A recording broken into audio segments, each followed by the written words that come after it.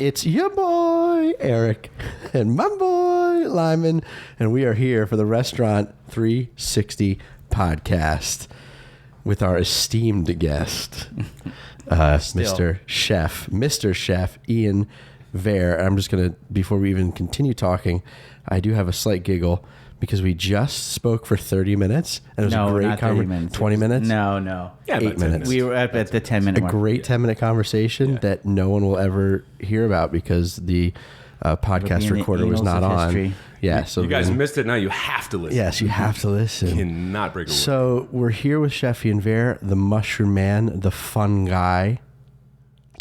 You know, I got him all night. I got him all day. Old friend of Lyman's. And I just got. I'm gonna go. I'm not that old. Pretty old. Cheapers. We got to start right off the bat, and I want to hear it because you were so passionate about it. But I want you to go back to it because I love the story.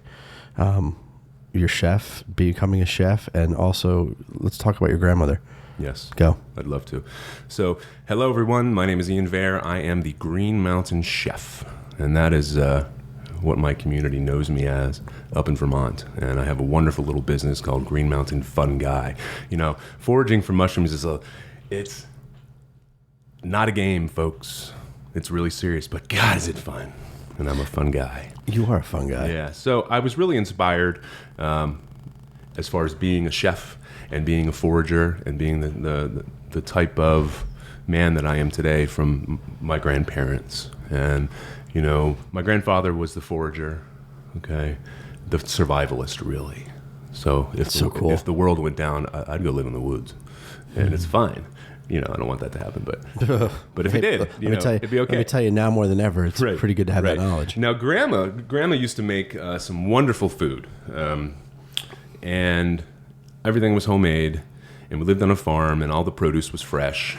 And I spent my summers there. She had one dish that she would make that you know.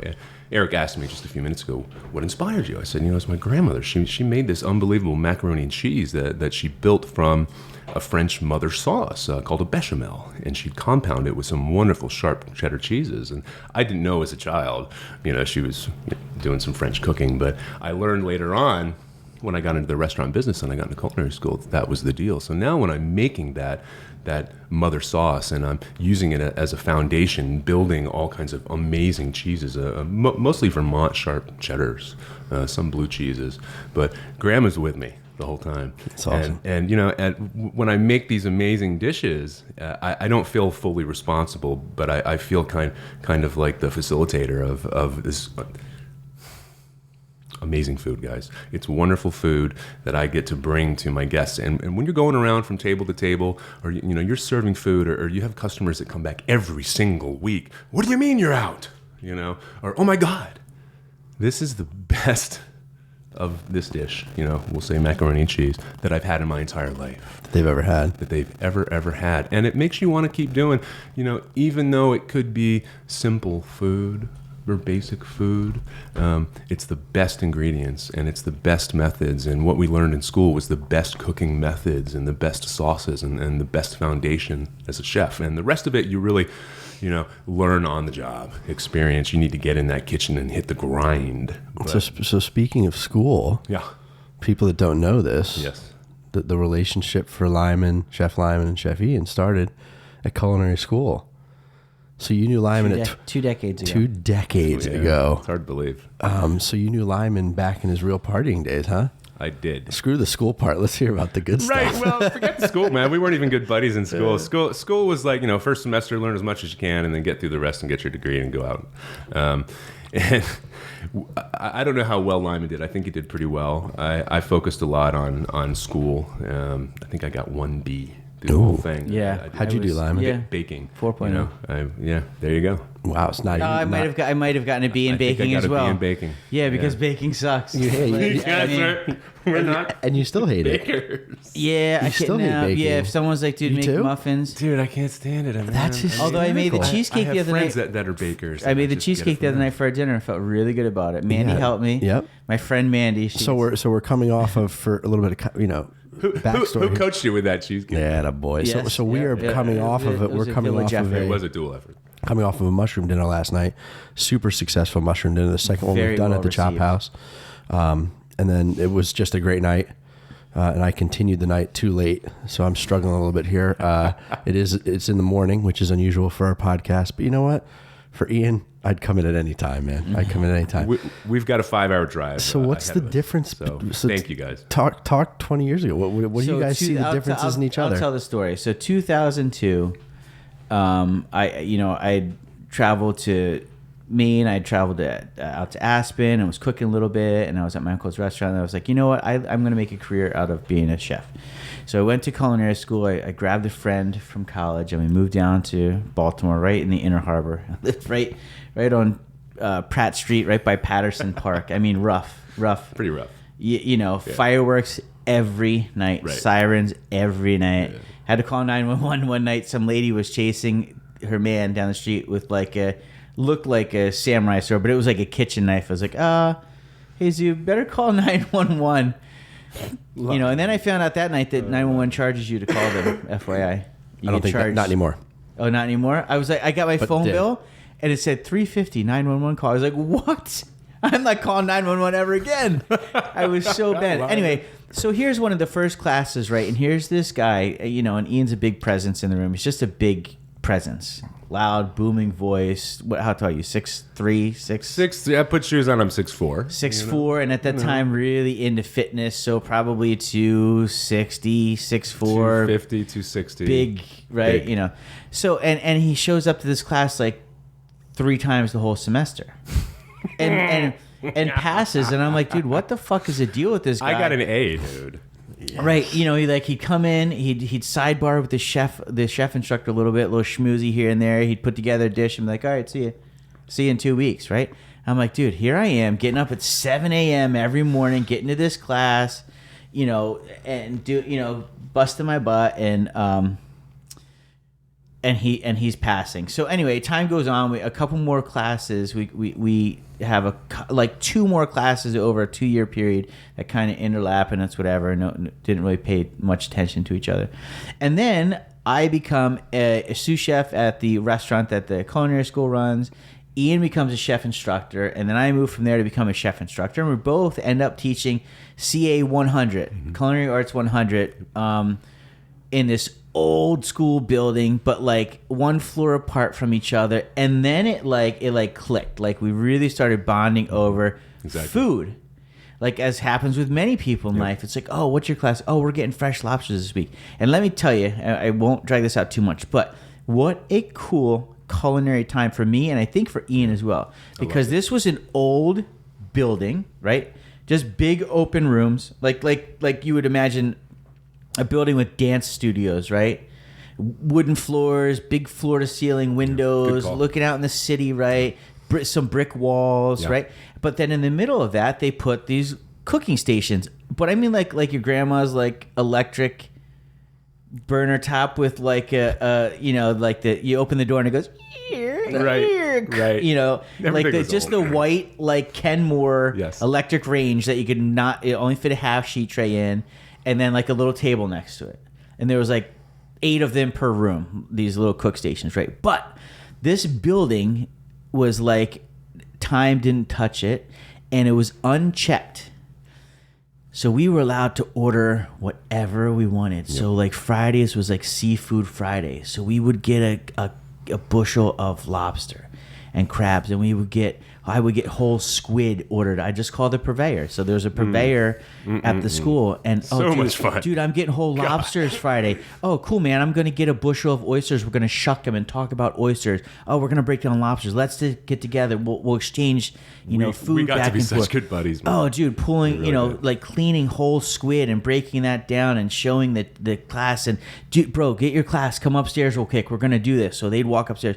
Oh, dude, we just made this, I'd just use it, amazing mac and cheese, dude. And I use this, you got to come down and try it. So, a couple officers walked down, and we had Chef Greg Hare and Chef Chris Nasaka all floating around and then of course that came to an end because a new president came into the school, right? A new purveyor. They started checking everything, and it just turned into bullshit. That's when I think we both were like, all right, dude, I can't. We were only there as instructors maybe 2 years. Maybe. I was there 2.5 years. I worked for that school, and the first year was magical. I mean, a full really 3 semesters. We just kind of got to do, but I think the students learned a ton. I learned a lot about myself. Yes.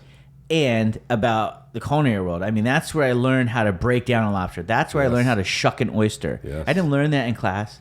I didn't learn that in a restaurant. I learned that standing in that building from Ian. So you can give him credit for us falling in love, because the crab cake recipe is probably 97%. You know, if we both made crab cakes, they would be look and taste very similar. Yes. I tweaked mine a little bit along the way. But it's that Inner Harbor Baltimore crab cake recipe I learned from Ian. Right. It probably the bisque. I probably watched Ian make bisque a million times. Yep. You know, now it's adapted over the years because, you know, my memory's not that great. So it's probably like, oh, did he put this in or this? Or how much? Whatever. I'll just do that, right? But I guarantee if we both made a bisque, we both made a crab cake, you'd look at them both and go, oh, okay.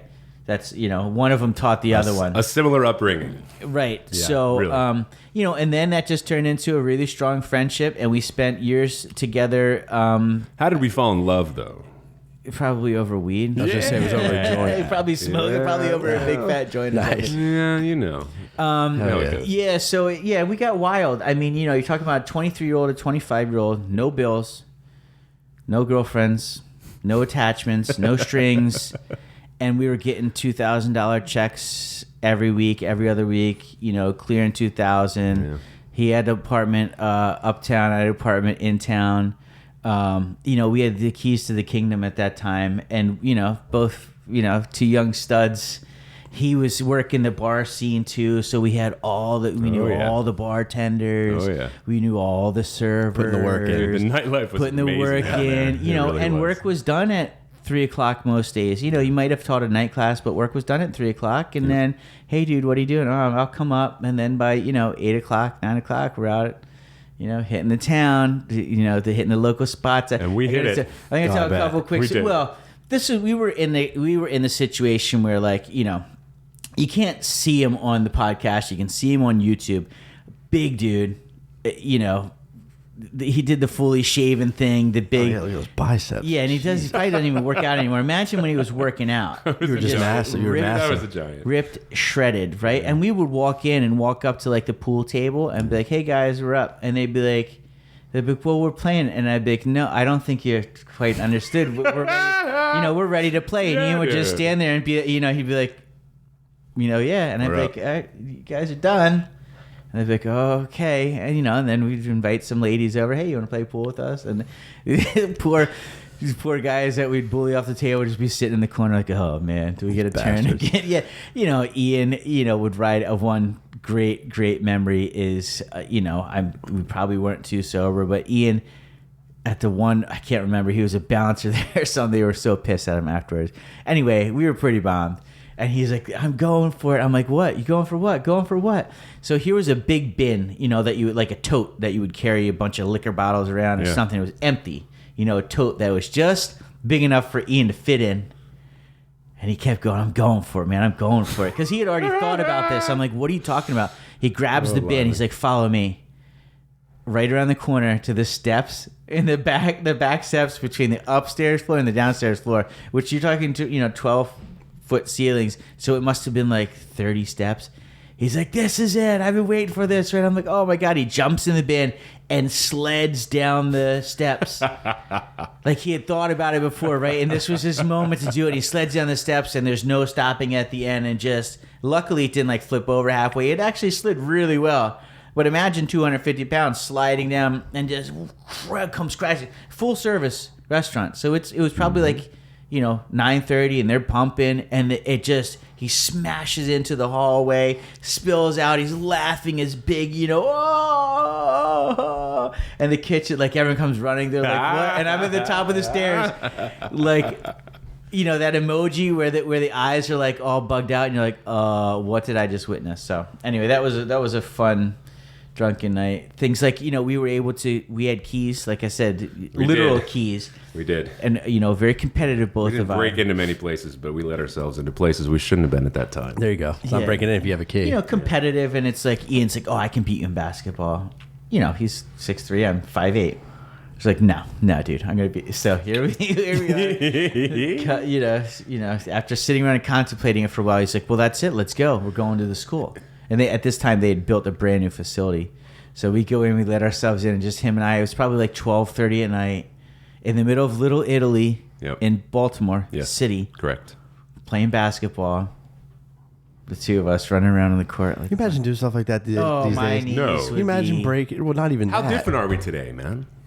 Oh, the world? How different Physically? Are we today? I mean, the world, of course. But, no, but just, you the know, two as of you? talking about two chefs coming up and then 20 years later, how different is I don't life know, it's a now? pretty existential question. It couldn't be any more different, but I Right. think our spirit is the same, Yeah. which is nice. I'll give you that. Well, I think, like you that. know, the one thing that binds it together, the weed has never left. I mean, I think that's right. Nah, So there I you like go. the weed. It's the one constant. You know, I actually, I don't have my card, but what I do have is epilepsy and, you know, using cannabis, smoking weed. No, it's super something that good for it, correct? That I mean, where I live in Vermont, it's legal. So I'm like, why get a card? It's legal. Tell us about because you just threw it out there. Yeah, Tell sure. us about your epilepsy and how that all started. Yeah. And your 9-year-old trip in a helicopter. Well, and that probably man. kind of took you out of the kitchen. Yeah, it did. Is when it started It did. really. It did. Because I knew you still drove and stuff. Yeah, so I have brain tumors. I do, and life's not the same as it used to be, but it's a journey, and I don't give up, and I never have, and I've lived my life with this, and it's gotten worse, and you know, I'm probably going to have a brain surgery coming up here, likely next month or the month after, hopefully next month. But at any rate, it started when I was 9. And when I was 9 years old, I started wetting the bed again. And I'm like, what's wrong with me? And I was afraid to tell Mom. You know, I didn't want to get in trouble. I didn't understand. I started having these bad headaches. And what's going on? And my mother, this is what Mom says. She has a dream that an angel came to her and said that I was dying. And it was so disturbing to her that she went into my bedroom to check on me, and I was on my floor seizing, having a grand mal seizure, foaming at the mouth, and you know, doing all crunched up, curled up, and shaking all over the place. And when I come out of it, so she called 911. I think they charged us $350, but it was, you know, it worked out. They returned it because it was either. Right. So it was a big deal, and we lived in Austin, Texas, at the time. I was 9, and I've lived all over the place, but at the time we lived in Austin. And when I came out of it, I'm bouncing across the lawn, and I'm laying down on a stretcher, bouncing across, and my mom's running alongside, and it brings up tears talking about it. I bet. Yeah, it's hard. Yeah, I can only imagine. My sorry guys. It's all good, please. Yeah, so it's very emotional. My family's running alongside me, and I'm looking back, and the helicopters, you know, ready to take off, and they load me up on the thing. I don't know what You can swear. I don't know what the sugar, honey, and iced tea is going on. Right. You know, fuck. So I get loaded into this thing, and I'm flying over the city like, what is, where, why, how, what? And they get me to the hospital, and they find a golf ball sized tumor in my brain, and apparently there's only 2 surgeons in the country that can operate on me. This was back in '86, folks. So within 5 days, I was on the operating table. And How long do they think this was? Could this be something that was growing in there for years? I don't know, you know, but they don't know. It was an unidentified parasitic tumor. It was an unidentified kind of thing, and they got it out. But so we did a big surgery. It was a 5-hour surgery, and I had I don't know why they didn't shave my whole head. They shaved half my head. So I remember going to school looking like this clown. But, you know, I had a full recovery. I was out of school like 3 weeks total. I got back in it. I've got a big scar zipper across my head, which you could see when my hair was growing out. You know, you can't really see well now that my head's shaved, believe it or not. But I got through that. And the truth is I lived my life. You know, I continued in school, and I'm going through stories that Lyman's talking about, and, you know, going through all that and working. And life was wonderful. And then when I was 29, I start waking up with like blood on my pillow, and I like bites on my cheeks, and I'm wet in the bed occasionally, and I'm like, something's going on. So I go back, and apparently I had developed, this is strange, a different type of tumor, and it's a hereditary tumor that runs in my family that my grandmother had. whom I spoke of earlier, who inspired me. Sure. They're called arterial venous malformations, and they're clusters of veins and arteries, and they're all through my brain and every lobe and down my brainstem. And Separate from the first instance? Separate from the completely 9? Separate. Completely separate. How bizarre is that? It's really I bizarre. guess the powers that be wanted to shake me up and they get me rocking and rolling. But so I have these tumors now, and the neurologists say we can take them out. 50% chance they're going to grow back, and they're all through your brain, and you might wake up and not know who you are. Well, that sounds good. No. Okay, yeah, I don't know who I am, and pretty likely they're going to grow back. You know, F you. So I spent many years just dealing with the seizures, and I wasn't having that many, maybe a few a year. And then until I got into a massive car accident, went through the windshield, almost died there. And so I haven't driven in 5 years now. You had a seizure while driving. I did. So now at this point in my life, they've gotten worse and worse and worse, and I have more and more and more of these anomalies in my brain, and I have at least 3 or 4 of them a month. And this surgery I'm about to have. They're not taking them all out of my head. They're putting an implant in my chest. Actually, it's called a vagus nerve stimulator, and it's kind of like a pacemaker for the heart, and it connects up into the vagus nerve and goes up into my brain, and somehow it has.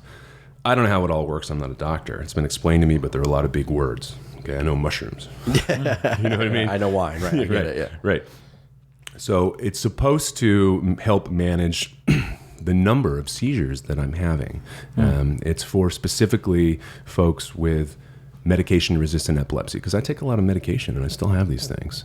Okay, and it's specifically for people who have what they call complex partial seizures, and they're like blackouts. And I have them, everyone. I actually had one on the shift yesterday. Yeah, I was going to say. And we weren't sure if they needed to go. Everybody was like, "What are we going to do now?" Dude, how was that for you, Lyman? Oh, it was great. You loved it? Yeah, yeah. Literally, he's not kidding. Yesterday during prepping for the dinner at 2 o'clock, you began to have a seizure, and Lyman and one of your culinary team, Mike, was right there. Yeah, I was right? standing there. Shook you up, didn't it? No, because I've seen him do it before. I think it shook Mike up. It definitely shook Mike up, and I think I recognize, because I think from what little I know is that sort of stress and the environment and things can really easily sort of trigger a seizure trigger. Like that. That's the highest trigger. Right. So, and I'm not saying it was stressful because he was stressed out, but I think it's just a high energy environment. It is, man. We're going, quick. Yeah, best, and I best, think best. that I think that's part of what took you out of the kitchen. I also as an hadn't had executive one in chef. 9 days, so I was right. kind It of was expecting. it was ready to go. About Ready every to 7 go. to 10 days. So, but I'm going to tell you the funny part of this. If there is a funny part, I'm going to tell you dude. this. So Eric and Ian and I were talking earlier in the day. He's like, and if you have a seizure, it just is what it is. I go, yeah, if he has a seizure, like the classic. I probably shouldn't joke about this, but I go, yeah, I'm just me and Eric and Ian. And now I'm telling the world, but Right. I go, yeah, if he has a seizure, you got to shove a leather wallet in his mouth and stick a finger up his ass. Dude. To stop it. Right, so whatever. We're all very close. Making a joke, right? Busting balls. Right.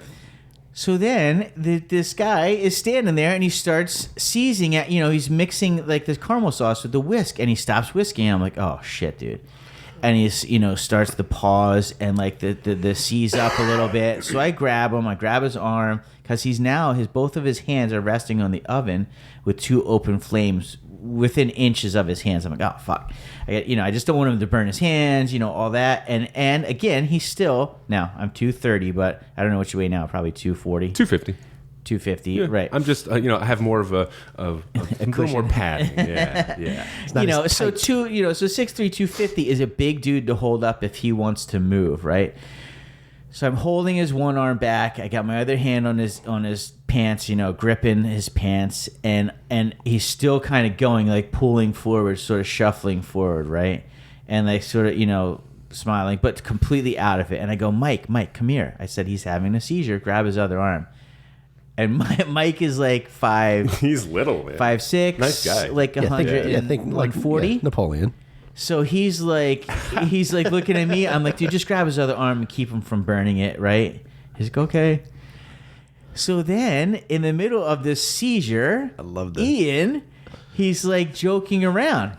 Right? He can't do anything, but he's grabbing my hand, grabs my hand, right? He grabs my hand and sort of puts it around behind him like as if he wants me to stick a finger in his ass. I'm like, get the fuck out of here, Lyman. this guy. He's Lyman. like, kind of like, it's like a seizure joke. If that's a thing, Oh my God. like if there's a comedian out there that wants to make jokes about seizures, well, that's it. That's the one, right? Getting I'm your guy. Finger in the ass. That'll straighten him out. Oh, yeah. Right? That'll bring him out of it. But it was scary. We walked outside then, no harm, no foul, no injuries. It's a 30 Lyman, minute... I don't fall. I'm not completely out of it. I'm Right. still awake, but I'm just not aware. Right. So I still, and what Lyman says is, dude, you were still sarcastic. You were still kind of funny. Yeah, you still had you in you. It just Right. you were absent. Right, but without, started to slump over the soup a little bit, one little slip or one little miss, and all of a sudden your hand's, in an open flame. Then it gets really bad. So anyway, we went outside about, it's about a 30-minute turnaround. It was probably more like 45 minutes. Yeah. Everyone kind of kept doing their thing. Looked over Mike. I was like, dude, you all right? He's like, yeah, I guess. He seemed a little freaked out. Yeah. Well, if you don't experience that, that's like being It's a little weird. It's very man. weird. It's a little weird. It's not. It's not. Obviously, it's abnormal, right? Yeah. And you don't. How many times in your life do you catch someone that's having a seizure? I've only seen one. But we worked through it and crushed the dinner. It was amazing. We talked about, and some people mentioned how it was maybe some of the best bites they've ever had in life. So really high compliments. That's a really cool thing. I think that's what fuels you as a chef, fuels me as a chef. When you do those things, and you get that recognition and that feeling of creating that magical moment for someone that only food can do. Lyman, when I wasn't at the table when it happened, but my girlfriend Kate was, and she was sitting at the table with your family, and she said, "Ian, you just should have been there when Lyman's father took a bite of your mac and cheese." And the thing is we made a slightly altered gluten-free mac and cheese for your dad. Yeah, my dad has celiac. Yeah, it was very, very, very, very similar, and it was made in the same style. And she said, "You should have seen his face. You should have seen their faces, but particularly your father saying, 'This is the best mac and cheese I've ever had.'" It was really good. That's what he. I mean, I'm like, I was I'm like, yes, amazingly good. I mean, these are good friends. Oh, here's Kevin calling us. That's funny. You can go take the call outside. Who do you got there? We can chat. Yeah, we'll chat. Yeah, man. Yeah, Lyman's gonna leave for a bit. Our accountant's on the phone. Oh, you better go get it. We're purchasing a mobile kitchen, so All right. that's important. Yeah, it's really important. The surgery. Yeah. What's the percentage? What are we looking at? Will it get rid of? Most likely not. Really? So But it'll make it better, right? I decided recently, because I've been debating this for a good year, and when the doctor, we've had several conversations about surgery, and he's really put me off. And he's a great doctor, but he's very much Mr. Vea, this and that and the other thing. And I'm like, fuck you. Wow. And it's gotten to the point where I have so many, and I've had them in grocery stores. I got in a fight with a guy. I come out of it, and the cops are there, and this guy's all bloodied up because I guess he started a fight with me, and I whooped his ass. While having a seizure? I was completely out of it while having a seizure. I don't remember, I remember the very first part of it, and then I remember. So this guy starts. So what happened first? The guy starts fighting with you first, and then you have a seizure and beat the shit out of him. I guess I don't know if What a story. beat the living shit out of him, but the truth is he got on my shit, and then I don't really remember much after that. Wow. And when I came out of it, all I remember was his bloody face with the police pointing at me and people telling me what happened. And he was a big dude. He was not somebody that I'd pick a fight with. Sometimes you're in scenarios where you got to end a fight. Right. And I'm still, I'm a beast. I'm an animal. So as calm and cool and collected and humble as I may be most of the time, this mountain gorilla is still in me, and that came out. Have you? Because you do seem very extremely calm and kind. Yeah. Is there a wild side to you? Is there like Absolutely. Heard. So most of the time, I'm very chill, Eric. Exceptionally chill. I've got to be careful because when I get too worked up, I have these things because stress is my number one trigger. But if someone is attacking me, I'm going to teach them a lesson. Very quickly. Very quickly. If someone is attacking someone I love, I'm going to teach them a lesson. Because this is wild to me. Because I've known you. I study Aikido. it's the way of neutralizing energy. So I know how to defend myself, but I've also studied Sistema, which is Russian martial arts, and they teach you how to fuck people Yeah, up. you're there to. So it's kind of like you chill, and then when you need to empty out your machine gun on somebody, you do. It's kind of like that. Heard. But I hardly ever get into fights and stuff. Like I hate you. I'm a salesman, man. I'm a spiritual Dude, you're the mushroom guy, man. I mean, there's nothing more. But you did get in a couple fights. This is what we're talking about. You Yeah. show him the scar on your arm? Which yeah. Oh. Yeah, I had 5 surgeries on this side. I was in a blackout, and I came out of it, and 6 dudes were whooping my ass. Stabbed. Called me, said, dude, I got stabbed. Yeah. I was like, what? And then, we didn't take care of it, and it got infected is the big problem. We got a big infection in it, had to go in, cut it out and stuff. That was, it was a scary night. He's like, dude, I just got stabbed a couple times outside the restaurant. This is a whole nother type of scenario, because that's when I was a drinker. I don't drink anymore, and I would have blackouts. And what's interesting about the complex partial seizures is they're very, very similar to an alcohol blackout, because you're doing your thing, and all of a sudden it's like, it's hours later. What do you mean? It was just Wednesday. It's like that. Yeah. Dude, it's Friday. Yeah, right. Wow. Right. So as far as the surgery goes, you asked the question, is it going to cure this thing? I don't think so, but I have enough now, and I have a one every 7 to 10 days. Sometimes I'll have several in a day. Sometimes they'll be closer together. Sometimes I'm... So could it be you'll go back to one a year? I mean, is that what's could. Okay. It could. That's with the hope, I'm assuming. Right? I have no expectations. If I had one a month, it would be 4 or 5 times, better. Probably better. So anything is better than, because now it's really affecting. I don't expect to ever drive again, but if I did, it'd be a miracle. It really would. If it cured me somehow, I'm not expecting it. I'm expecting it to be a buffer, but if it did, it'd be a miracle. And part of what I do, and sharing my knowledge and my persona with others and inspiring others, it's because I have the opportunity to, and I don't know how long I'm going to have that opportunity.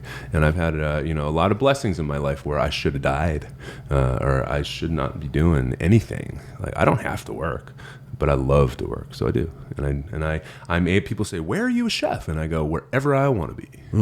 It's awesome. That's fun. It's awesome. What I love to do most is get out in the woods, and the truth is the forest is my church, man. I get out there, and I'm just like boom with energy, and I'm all about how amazing our world is, our real world, not our tech world. Right. Okay? And people love it, man. My community, when I'm walking down the street and kids are, it's the mushroom man. That's great. So talk about mushrooms. How'd that start? So I hated mushrooms. I grew up not liking them because I'd had like canned mushrooms, and I had like poorly cooked store-bought mushrooms, and they were slimy. Like the ones you get on pizza. They were slimy, and they were just a little too dirty and earthy, and I didn't like it. But when I was 26, I was given from my mother's husband, my stepdad, Barton Cockey. He's a doctor. Barton Cockey. Yeah, dude. Interesting fella. And he also introduced me to Raccoon. So raccoon stew one time. That's right, at the house. Oh, He's for like, real? hey man, I went out hunting. I made this. You guys got to try it. Raccoon stew. For real. Sorry. So he gave me my first mushroom book, my National Audubon Society Field Guide to North American Mushrooms. That's what I teach out of now, because I do. The book? No, it fell different apart. version. Oh, it different fell apart. version. It's like my third version, but it was the book that I was just I used to hike all the time. I'm in shape. I'm with my dog. I'm out in the woods, and I was like, cool. And I was finding all this stuff, but I didn't want to eat anything. I don't know about mushrooms, and I moved to Vermont about 15 years ago, and I'm same attitude, but I meet a guy who's like, hey man, I'm a shroomer. You know anything about shrooms? I'm like, yeah, we know. Yes and no. And he had a big basket of chanterelle mushrooms, and each time I'd see him, he'd be like, oh yeah, I got a few I got some oysters for you. Oh, I got some lobster mushrooms for you. Oh, check this out. We found these old man of the woods. Oh, look at these black trumpets. And I'd be like, wow. And my first season living in Vermont, I probably gained about a dozen species, and I learned how to use my field guide appropriately, and I learned how to take not just I think that's what it is to I'm 110% sure, and I'll bet my life on it that's what it is. And the year after that, I lost my last chef job, and I won't get into why, and it was best that it happened, but I was like, what am I going to do? And I'll never forget walking home from work thinking, what am I going to do?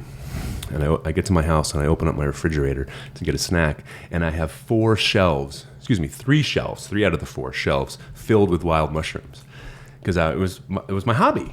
I said, well, I'm going to sell them to some restaurant. Yeah, maybe I'll make a little extra money. I go to this restaurant and the guy I know, and he's a dick.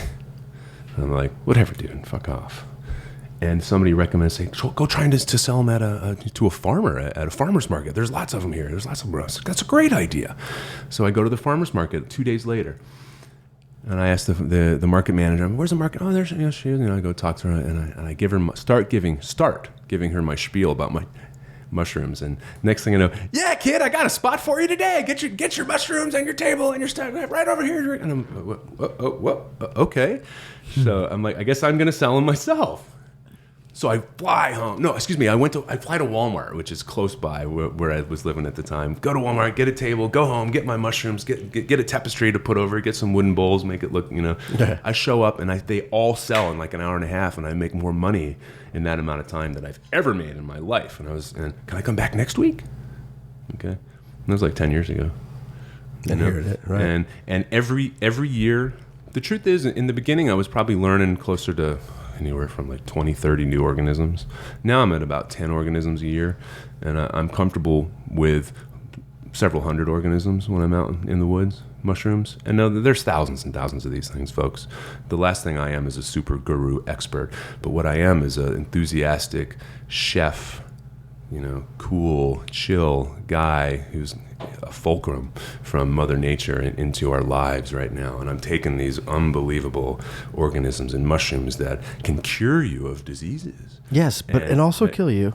Let's be 100% well, real. yeah, man. Yeah, but let's talk about the stigma of anything, mushrooms. Anything can kill you, though.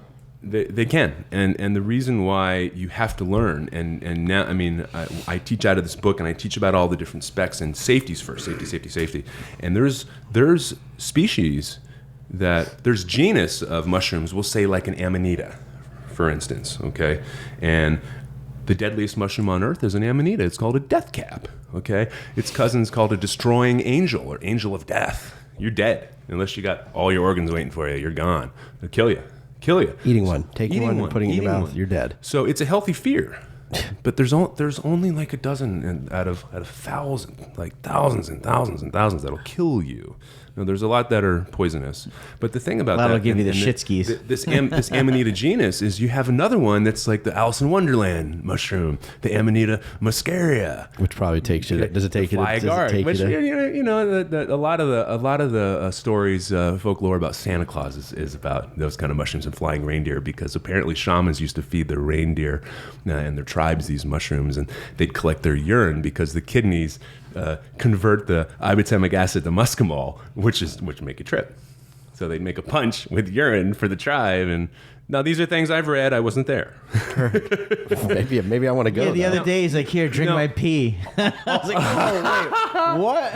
And all these things said, from one that's going to kill you, the one that's going to take you to talk to your higher power, and another one will say in that same genus, Amanita, and you really need to be a bit of an expert to be identifying these mushrooms, but you get to that point. You can, if you want to. But the next one was like Julius Caesar's favorite mushroom. It's called an Amanita caesarea. You can eat it raw. You almost never eat mushrooms raw. This is like one that's like recommended. Yeah, I learned my lesson yesterday. So like you got to learn, man, and you got to go slow. And the best thing you can do is start with a few and find a mentor and get a book and keep doing it. And it's so much fun because you go out and you're like, I don't know what I'm going to find, but you find. It's like going fishing, but you don't just get a bite here and there, and once in a while take a trophy. There's bites everywhere, and you get trophies every time. So it's amazing, dude. You love it. I love it. What you ate a mushroom raw yesterday? Yeah, yesterday. I was cleaning the maitakis and I ate a little piece, and it really fucked up my throat for hours. I was like, what are you doing? What did it do? For hours. It fucked up your stomach. My throat. Your throat. Yep.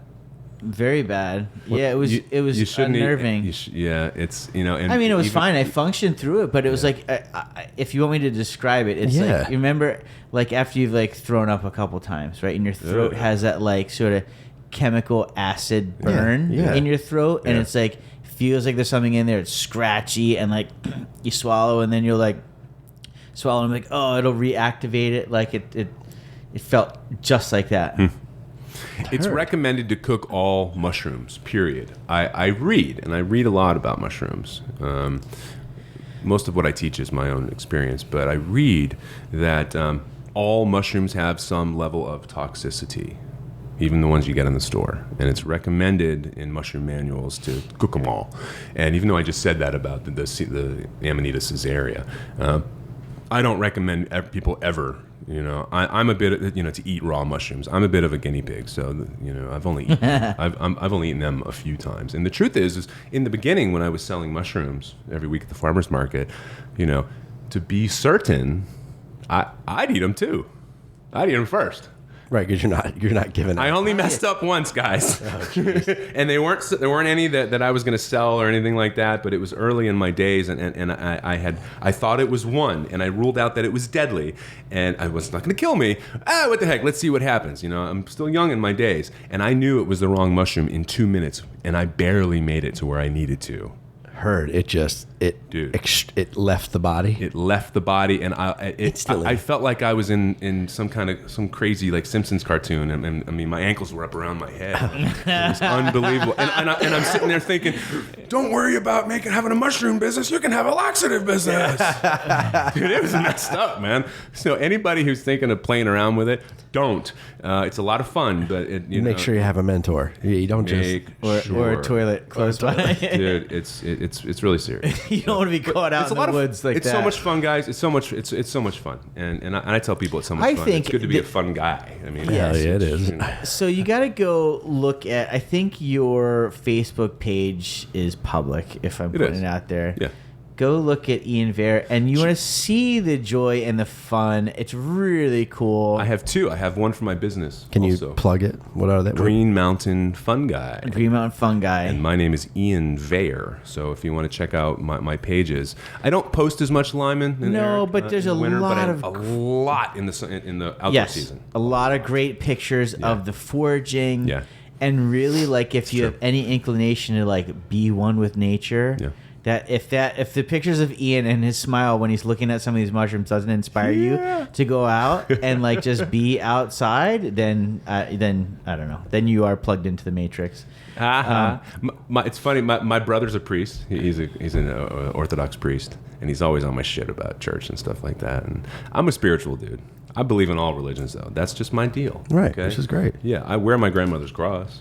I believe in all that stuff. But for me, I mean, I may have already said it on this show, but it's the truth. The forest is my church. That's what I say to my brother. I love it. Right. We get out there, and it just opens your mind to a whole different reality. It's amazing. It's great. It's amazing, guys. I imagine when your time here on this earth is done, you'll go into the ground and turn into like a mushroom patch. I half feel that I already am part connected because it's weird when I'm in the woods. I feel like they're calling me. Yeah, but you are turning into the mushroom. He's turning into the mushroom. I think I'm already like I know it looks kind of funny with the earphones on. Earphones on, but my hat, which is my favorite hat, I look like a big porcini mushroom. The universe chose you to be the mushroom man. I think so. Hell yeah, I think so. It's cool though. I mean, it's cool. to know that. And there's some people out there. If you come back, if you die and come back as a mushroom, what mushroom do you want to be? If you have a choice, I'm probably going to be. Is there one? I'm probably going to be a golden morel. And how would you like me to prepare you?